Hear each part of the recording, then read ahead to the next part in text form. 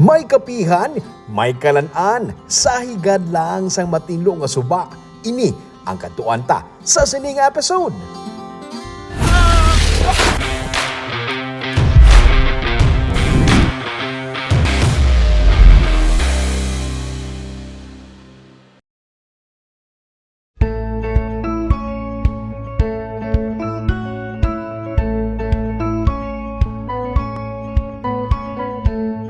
Sa less than 2 hours nga drive halin sa Bacolod, malabot ang ini nga spot. Madasig na lang subong magbiyahe pa norte via Bacolod Negros Occidental Economic Highway. Halin sa Barangay Granada sa Bacolod, makalusot ka na sa Talisay sa highway sa Bacolod Silay Airport Road. Halin Talisay, makarekta ka na pa Victorias. Gwa ka na sa guluwaan sa Victorias, malapit na sa Manapla. Gamay na lang nga drive, malapot mo na ang Sagay City. Sa Barangay Baviera sa Sagay, may isa ka spot nga matahom. Pwede kapihan, pwede kanan. Sa kilid mo lang, mayara sang matinlo nga suba.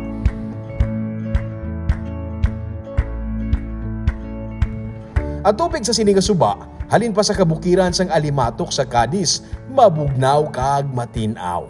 Ini ang ginatawag nga sky spot. Popular ang ining lugar sa mga locals diri.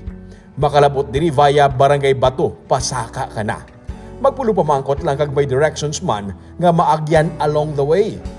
Isa lang ini kasimple nga kapihan sang una. Ginadag sa abis ang tawo ang overflow kay ginapaliguan ini. Nagdamo ang nagapaniwaliwa diri, ilabi na kung weekend. Tubtub nga ang ini nga kapihan, subong isa na ka resort. Hindi lang limitado sa karon sa pagpangapi kag panginaon ang pwede mahimo diri. Mayara na sila sang pool para may kalingawan man pati mga kabataan. Mabugnaw ang dapyas ang hangin kay hara sa higad sang suba. Gikan sa kapihan, matahom nga talan-awon ang suba sa idalom.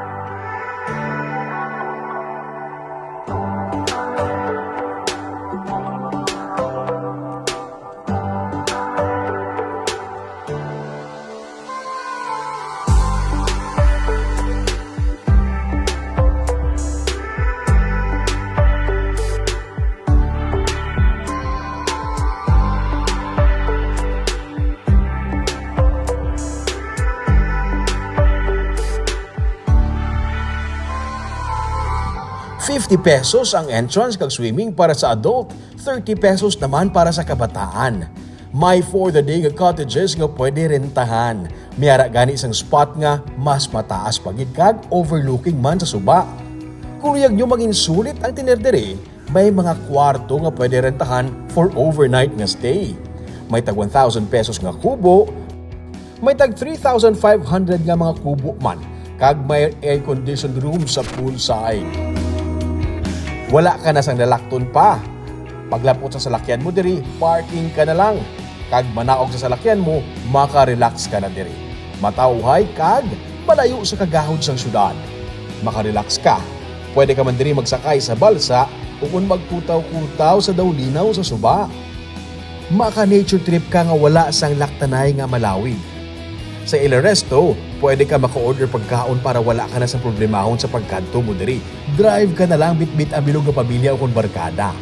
pang pamilya, pang barkada, kag hindi tama kalayo para lang makalapot sa amo sini katawhay nga lugar.